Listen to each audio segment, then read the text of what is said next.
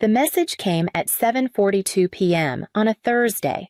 No greeting, no lead-in, just my father's voice measured and clipped like a business memo. Don't bother coming to the family reunion. We're cutting ties. That was it. 18 words. 18 syllables if you count the pause before he hung up. I replayed it once. Not because I didn't believe it, but because for some reason I expected to feel something bigger. A spike of rage, a punch in the chest, something. But all I felt was stillness. Like the part of me that had been quietly bracing for this had finally heard what it always knew. My name is Harper Lane. I'm the youngest of two. My father, Warren, built Lane Auto Care from the ground up first as a mechanic, then a franchise owner, then a regional chain operator. My older brother, Rhett, is the heir he always wanted, charismatic, reckless, untouchable. And me, I was the one who kept the lights on. Quietly, efficiently, invisibly. I didn't call back that night. I didn't ask why. I didn't even forward the voicemail to my mother, Lynette, who historically stayed out of business matters when they became inconvenient. I just texted him 2 words, understood. Then I opened my laptop, signed into the loan portal I hadn't touched in months, and did what I knew none of them expected me to do. I removed my name. Not out of anger, not out of spite, but out of clarity. 2 years earlier, when the family business needed to secure a $2.5 million expansion loan, the bank asked for a secondary applicant with impeccable credit. Rhett had debt. Warren had leverage. I had clean numbers and a Harvard MBA. They didn't beg me to sign. They simply handed me the papers assumed I would. And I did. Because back then, I still thought loyalty earned belonging. But now, sitting alone at my kitchen table, the voicemail playing faintly in the background, I realized something else entirely. They hadn't cut me off. They'd simply confirmed what they'd been quietly doing for years, and this time I was ready to finish the sentence for them. I used to think my father loved order more than anything. But over time, I realized it wasn't order, it was control. Warren Lane built Lane Auto Care the same way he built our house, brick by brick, rule by rule, with no room for softness.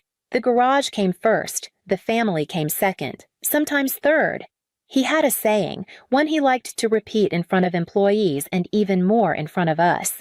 We don't hire outsiders, we raise replacements. And that's what Rhett and I were potential successors, at least in theory. Rhett was 3 years older, louder, bolder, and always walking just slightly out of reach of responsibility, but he had the charm Warren respected. A swagger my father recognized in himself. So Rhett got the praise. The second chances, the leeway. I got the clipboard. By 12, I was logging tire shipments into QuickBooks. By 16, I was managing payroll at the 3rd location during spring break. I didn't ask. I was told. No thank yous, no questions. Just the unspoken expectation that I'd be wherever the business needed me available, obedient, tireless. My mother, Lynette, wasn't cruel. She simply disappeared inside her role, hosting dinner, folding invoices into envelopes, smiling through meetings, then pulling me aside after to remind me your father's building something for us. Be grateful, sweetheart. So I was, or I tried to be. I studied hard, got my MBA, turned down a corporate logistics offer in Chicago because Warren said family before ambition. He needed someone to help with the regional expansion. Rhett apparently was focusing on vision. I focused on everything else. When the opportunity came to secure funding for a new headquarters, I negotiated the lease, compared rates across 6 banks, landed a deal with favorable terms and a 3-year interest lock. But the bank wanted a second signer. Rhett couldn't, his credit was trashed. Warren didn't want to jeopardize personal assets. So they turned to me. No big speech, no dinner, just the papers on the table and a pen already uncapped. I hesitated maybe for half a second, then I signed. Because somewhere inside, I still believed that if I showed I was loyal enough and dispensable enough, they'd finally see me not as the backup plan, but as part of the plan. Of course, they never said thank you. They just assumed it was my job. That was 2 years ago.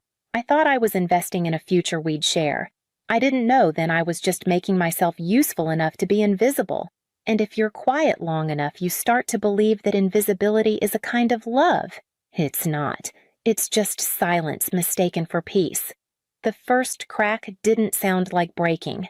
It sounded like laughter. Rhett's laughter, to be exact. We were in a quarterly budget meeting, just the three of us, me, Rhett, and Warren. I had flagged a vendor invoice, $12,000 duplicated over 3 months.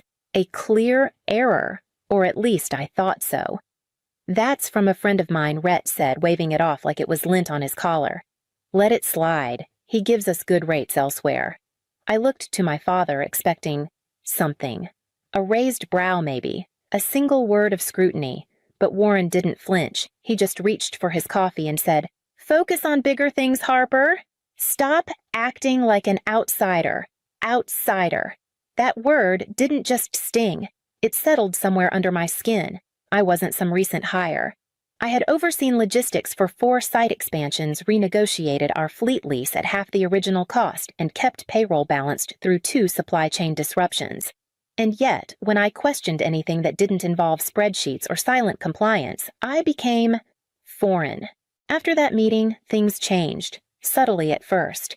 My access to our back-end systems began to narrow. I couldn't log into vendor platforms. Then, the financial dashboard redirected me to a read-only page. The company credit card tied to my name expired. It was never replaced. Every time I asked, I got the same answer: "We're restructuring," or "temporary system changes," or worse, "Don't worry about it." And yet I noticed Rhett had a new standing desk, a company-paid trip to Vegas labeled as Leadership Summit, and an office chair that cost more than my first used car.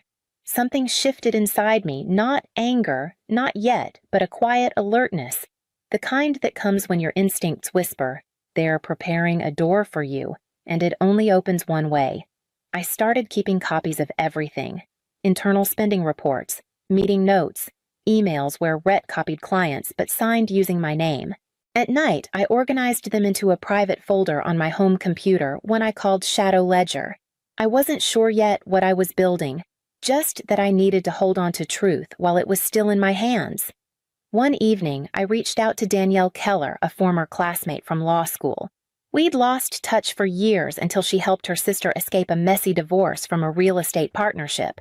I didn't tell Danielle everything, just enough to ask a simple question: if a co-signer withdraws from a business loan, what happens?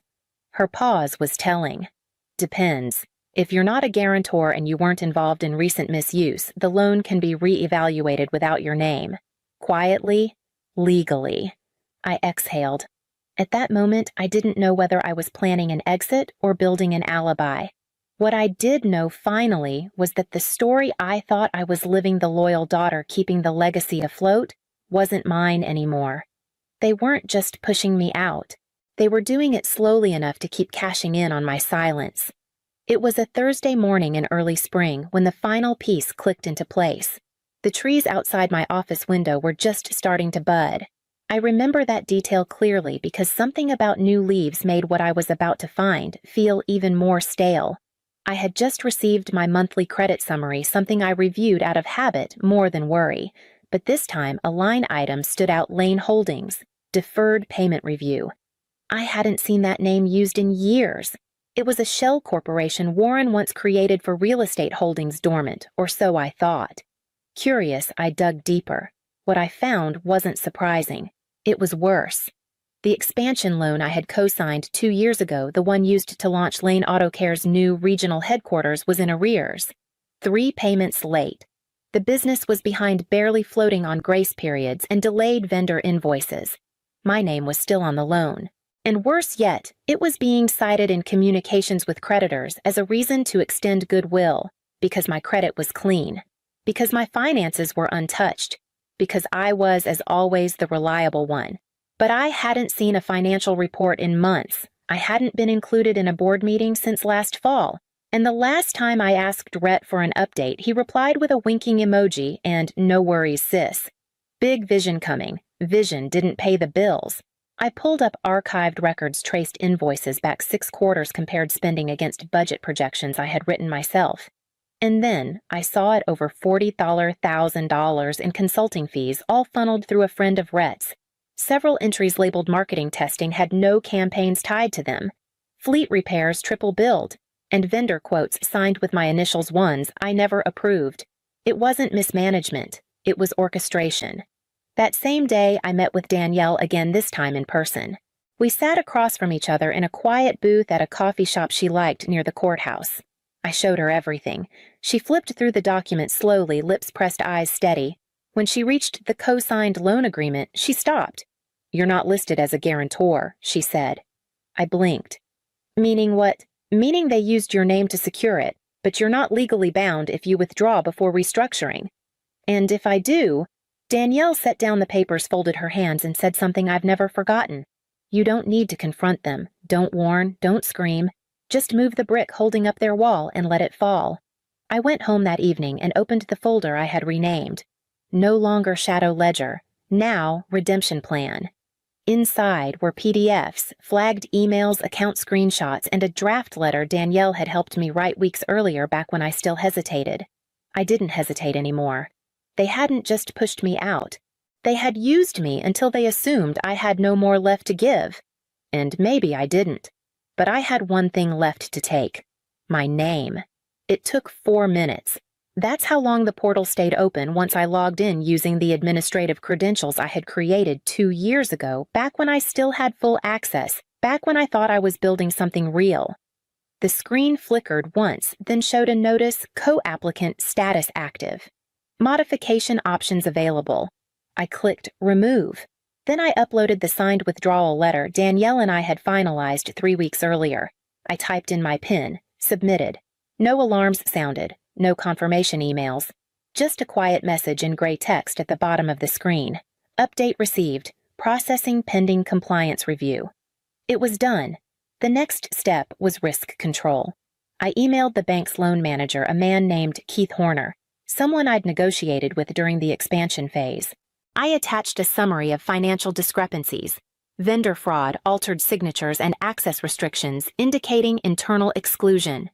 I was careful, clear, professional. What I didn't include was emotion. Within the hour, the bank froze the operating account tied to Lane Holdings and triggered an internal review of the loan. Quietly. No call to my father, no memo to Rhett, just a pause. A blinking cursor in their system where once there had been blind trust. While they scrambled, I moved. I contacted my personal accountant, Sabrina Kim, someone I trusted from my grad school years. We reviewed my exposure, ran simulations on worst-case scenarios. She confirmed what Danielle had said. No liability, no credit damage, not even a legal obligation to notify them. The trust I had moved my savings into last month was protected. That night, for the first time in years, I left my phone on silent and actually meant it. I slept. When I woke up the next morning, there were already 32 missed calls. By mid-afternoon, there were 78 from my mother, 13 from my father, 7 from Rhett, and 1 from a number I didn't recognize until I played the voicemail. It was Gordon Maddox, their longtime company accountant. His voice was high-pitched, panicked, almost cracking. "Harper, call me now. This is serious. The loan's collapsing. The bank pulled support. We're at risk of default. You need to fix this. Do you hear me? You have to fix this." I listened to it twice. Not because I didn't understand what he meant, but because it sounded like justice. And justice, when it finally arrives, doesn't scream. It echoes. By early evening, Rhett sent his first text. "What the hell did you do?" And then another, "You're overreacting. We could have handled this internally." But the word "we" didn't land anymore. There hadn't been a "we" in a long time. Later that night, my mother left a voicemail, not angry, but quiet. Trembling. "Sweetheart, what's happening? Your father says the bank froze everything, that they might recall the loan. Did you sign something?" I did, but I didn't explain. I called her back, let the line ring twice. I removed my name, that's all. Her breath caught. "But you can't just do that." "Actually, I can," I said. And I did. She paused. "Harper, this affects all of us." "No," I replied calmly. "You made sure it didn't." And then I hung up, not in anger, in completion. They picked the restaurant we used to go to for birthdays, Leona's old brick walls, too many ceiling fans, and the private room near the fireplace where we'd once blown out candles and clinked glasses of ginger ale. But there were no balloons this time, no cake. Just my parents, Warren and Lynette, sitting stiff at one end of the table and Rhett staring at his phone pretending this was beneath him. There was also an empty chair waiting for me, as if they still believed I could be summoned. I arrived 15 minutes late. On purpose. I wore gray slacks and a button-down blouse, neutral, unreadable.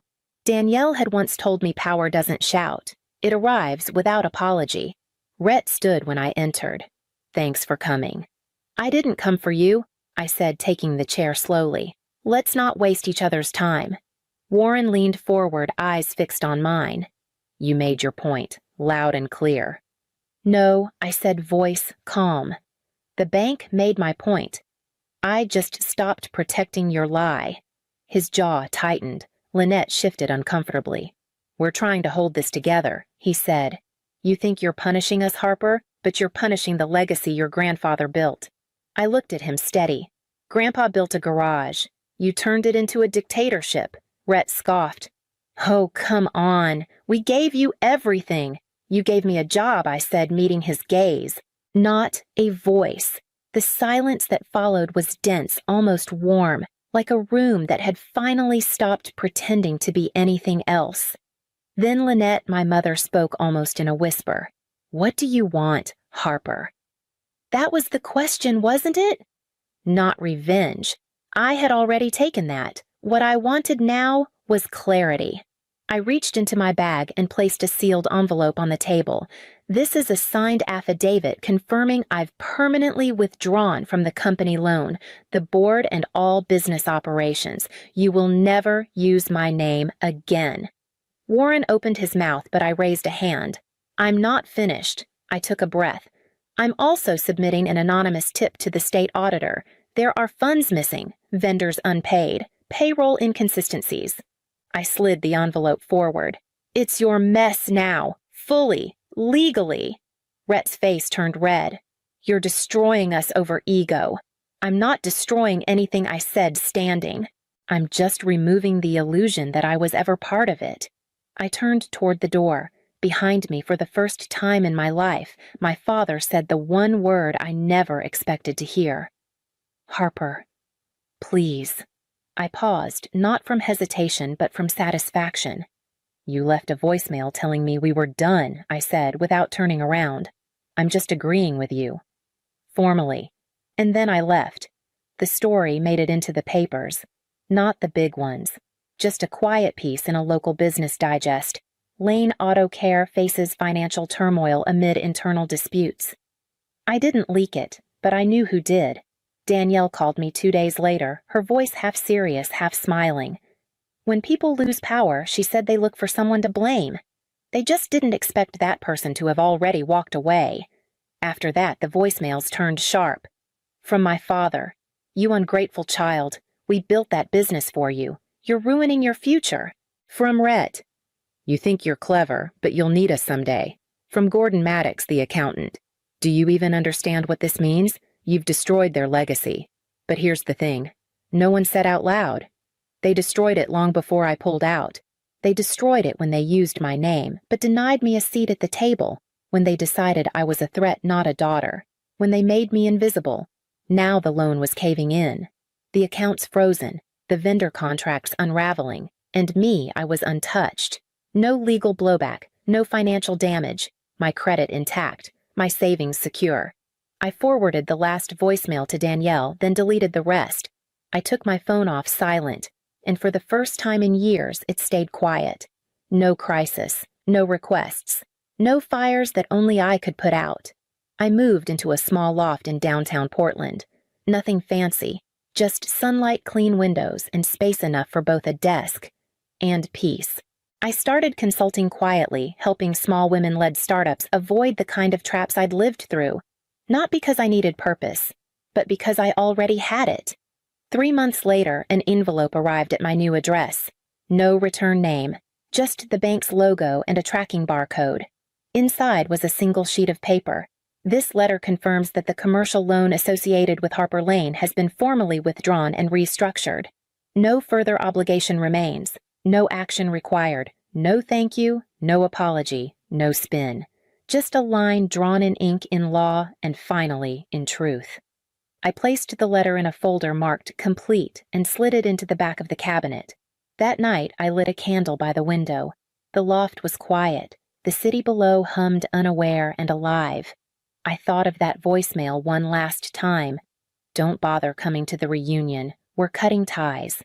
They wanted silence, obedience, absence, and they got all three. What they didn't expect was that I would thrive inside that silence, that I would build something not out of revenge, but out of reality. I poured a glass of wine, opened a new client file, and wrote one line at the top, "You're not difficult, you're just finally visible." And then I kept going.